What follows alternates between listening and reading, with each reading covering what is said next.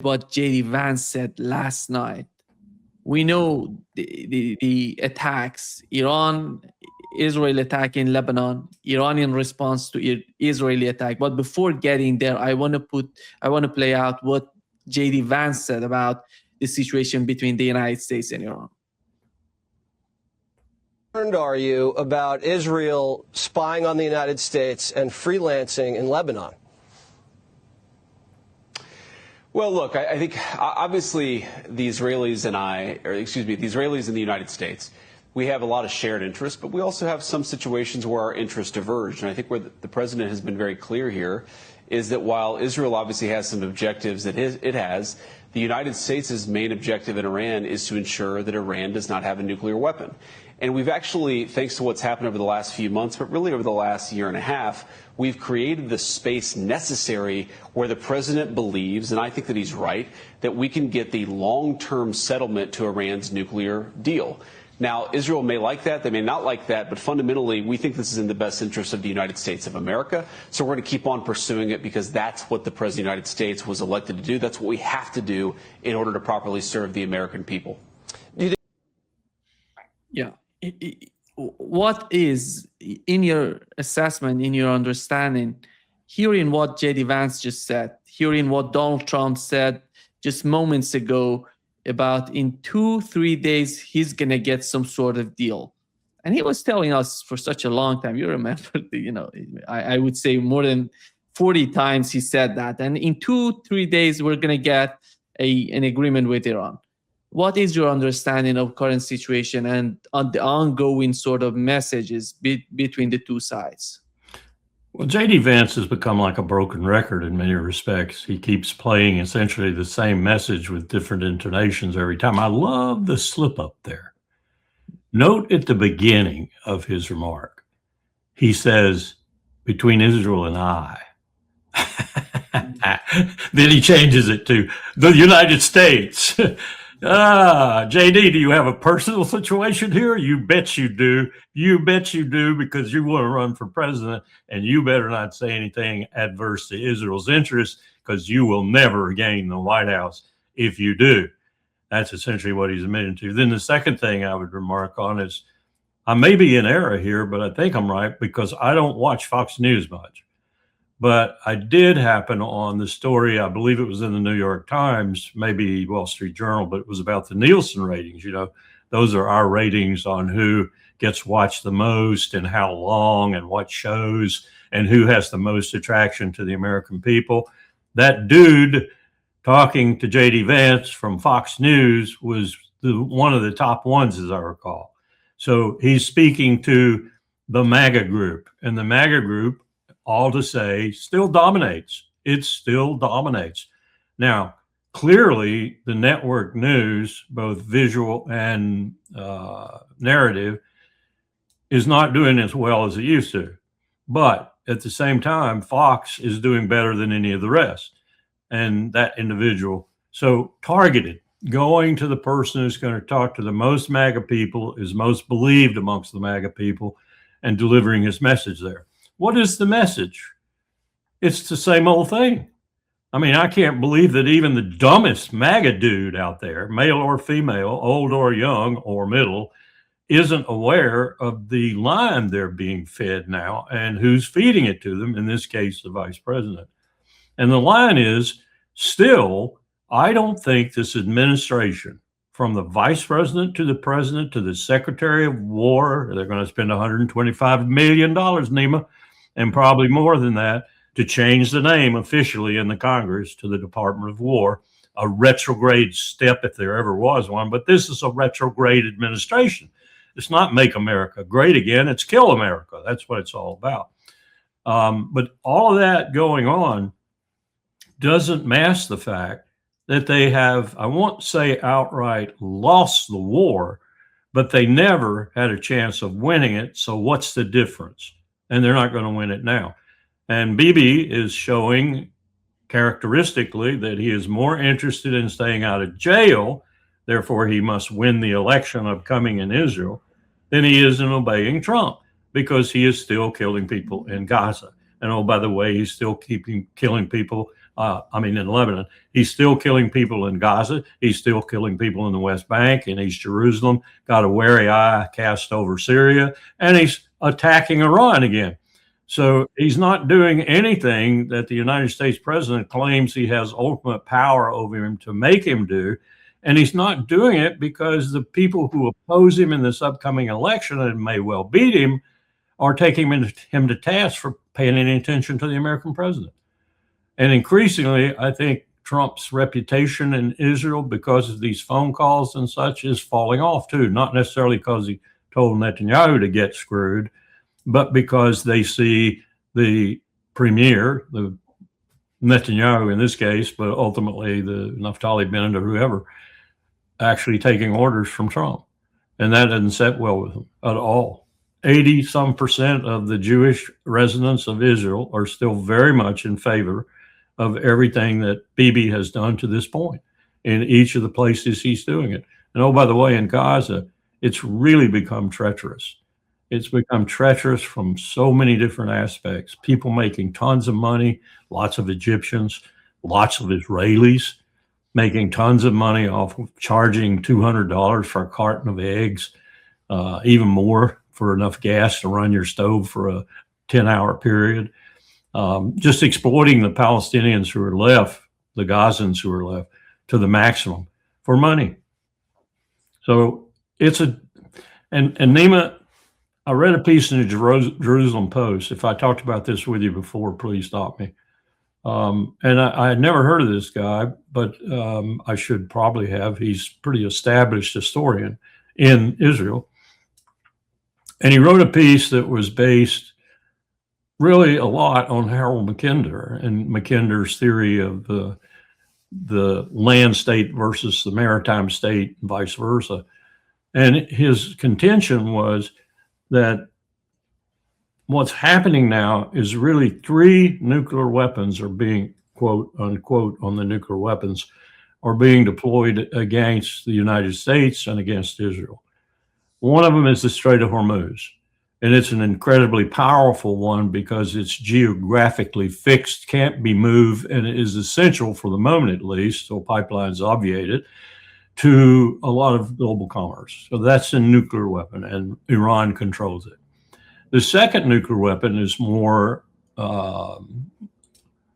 indebted to Mackinder's theory, and that is that the land mass, such as it is, has shifted just a bit.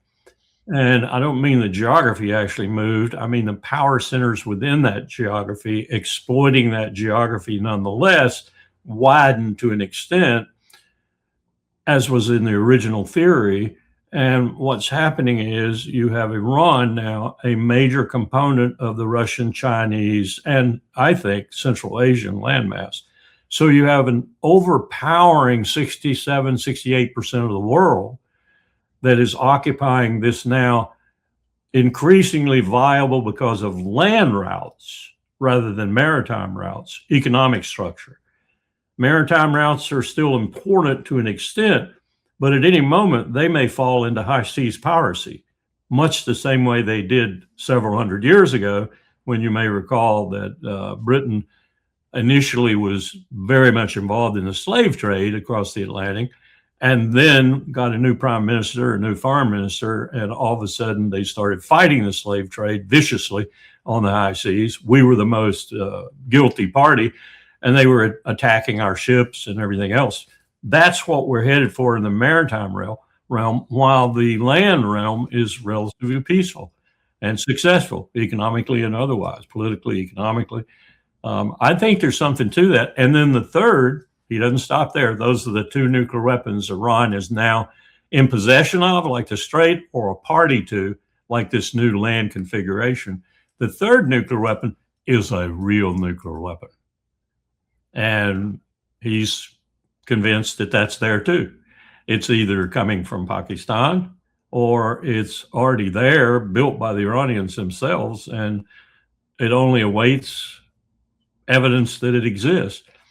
And the purpose for that, going into a narrower definition of that nuclear weapon, which is, of course, an actual nuclear weapon, he talks about deterrence, and he talks about they have to do that.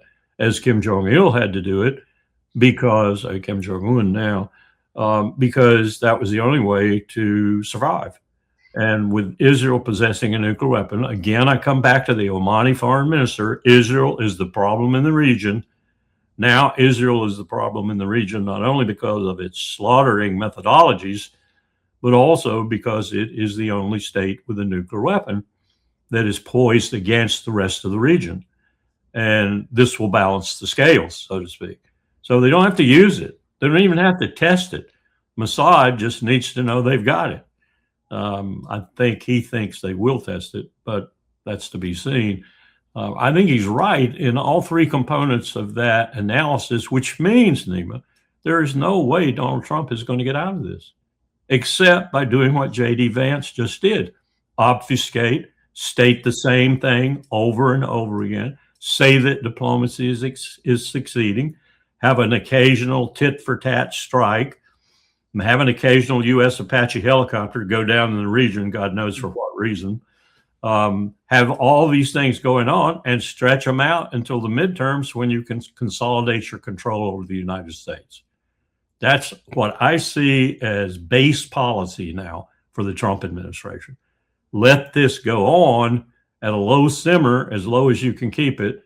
Try to keep Bibi Netanyahu in check. Hope he's defeated. Hope he goes to jail, and then start a new sheet of music, if you will, that's the same thing without Bibi, trying to deal with Lapid or Naftali Bennett or whoever happens to take his place. But I don't think they have a strategy. I do not think they have a strategy other than rope-a-dope. You know what that means from Cassius Clay's fighting days? You bounce off the ropes all the time. That's what Trump is doing, and J.D. Vance is a spokesperson in that regard. And he almost screwed up as he started by saying it was his personal position. Nope, United States' position.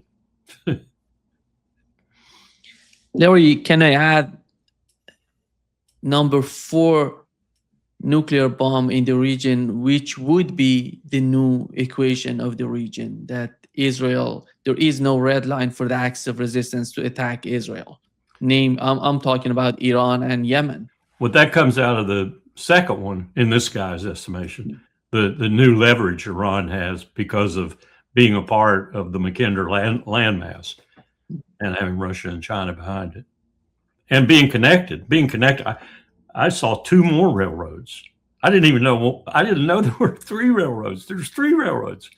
I knew about 2 of them, but there are 3 railroads that actually come through that area and now debouch in Iran. I mean, you've seen these Chinese railroads, the freight railroads alone, they can be 150, 200 car trains. They may take 13 hours or 14 hours, 13 days or whatever. One of them, I'm told, has had a train. I don't know how big it was, but a train actually traversed it in 25 hours. Now that would be 100 miles an hour, or whatever, the whole distance, and it'd probably be an unloaded train. But the average time, I'm told, for the big one at least, is 13 to 14 days. But that's chicken feed when you're talking about ships and the cost of ships and the danger of going through places like the Bab el-Mandeb and the Strait of Hormuz now. The Houthis have let it be known that the Bab el-Mandeb is back to its previous status. Nobody crosses through who's friendly with Israel. So you're talking about a lot of pressure being brought on the world economy that is being relieved for this Mackinder-like landmass because they don't depend on it. They'll take advantage of it when they can and when the rates are right, but they don't depend on it. Everything is land now.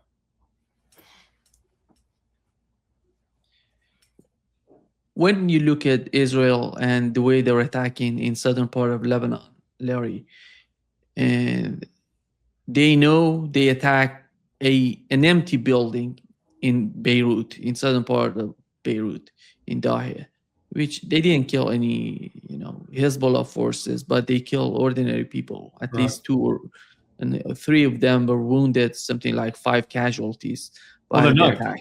They're not killing Hamas fighters by and large in Gaza either. They're killing Gazan civilians, 24, 30 a day. Moving the yellow line, the old tactic, Yellow line's in one place at night. The next morning, the yellow line's somewhere else. If you're on the other side of the yellow line as it has moved, you get killed. They're doing the same thing. But these aren't Hamas fighters. These are Gazan civilians. But it's their strategy, by the way. I Yes, don't know if you had it's- what Ben Gvir said. Ben Gvir said, Israeli minister, but Ben Gvir said he's calling for kidnapping Lebanese women and children to break Hezbollah morale. To break their morale, you have to. It's just unbelievable. You know, the guy. Ben Gvir is unbelievable. Yeah, he's unbelievable. He's the one I think is going to be first in the docket at the International Criminal Court when people wake up and do something about this in the distant future. I really think it will happen. I will, just as it happened with Radovan Karadzic and Milosevic in Serbia. Now that happened really because the United States threw its weight behind it. Because you ready for this, Nima? The real reason we did that was because we were being accused of only backing the court when it picked on people in Africa who were black, like Charles Taylor. And so we looked around, we being, who was the guy? I can't think of his name. I just lost his name. But the great diplomat who was in Pakistan as our emissary. He was before that in former Yugoslavia. Dick. Can't think of his last name now. But anyway, they were looking around for someone that they could get that would balance the scales at the court. A white person. And so they picked on Radovan Karadzic and Milosevic in Serbia because they were in the news that time and they were doing some pretty brutal things. So was the other side. But we were on the other side. So we picked them. And I think Karadzic either went to the court and died in process of the trial, and Milosevic did pretty much the same thing, I think. I think he was hauled out to go before the court, and then he passed away. God knows how he died. But that, you know, we will do this again somewhere. Europe will do it again somewhere. We'll come to our senses to a certain extent, but there will be other reasons too, as there were with Yugoslavia, former Yugoslavia. But we'll put these people before the bar. I doubt anybody like Netanyahu will. I think Netanyahu will do a Sharon on us. Sharon left office and died. And one of the reasons he died was he was actually, I think, afflicted with a form of cancer that was pretty viral. But he also died conveniently. Let's put it that way. And I think Netanyahu will die conveniently too, and maybe Mrs. Netanyahu too. And I will be first to stand on their grave and clap. We have two leaders, naming the President of the United States and Benjamin Netanyahu. When they started the war, they had some sort of, overlap in their sort of objectives. Because they wanted to do something in Iran. They wanted to do regime change on whatever they had in their mind. They were locked. Yeah, they thought both of them thought they were going to overthrow the regime in Iran and turn Iran into, at best, a Bantustan nation with all kinds of little Thosos and other things scattered across it, a little Kurd, a little Azeri, a little this, a little that, all over the place. I bet they even thought in Israel that there'd be a little Jewish enclave with the 50,000 or so some odd Jewish citizens of Iran. I got news for them. They would probably fight them tooth and nail. But it didn't happen. It didn't happen. That was Mossad and Bibi Netanyahu's advice to, prediction to, outcome of this war will be to Donald Trump. And Donald Trump swallowed it hook, line, and sinker. And looking at where they are today is that, we have two leaders who are seeing the future totally differently, because Donald Trump, to be, as it was mentioned, Axios, there is a report on Axios that any U.S. official said to Axios that the continuation of the war for Israel is for Benjamin Netanyahu is so important because he wants to stay alive politically in Israel with the continuation and of the war. Probably stay alive period. Because when you go to jail, you die pretty quick in Israel. I mean, I'm not saying somebody takes you out, but I'm just saying former prime ministers in jail do not last long.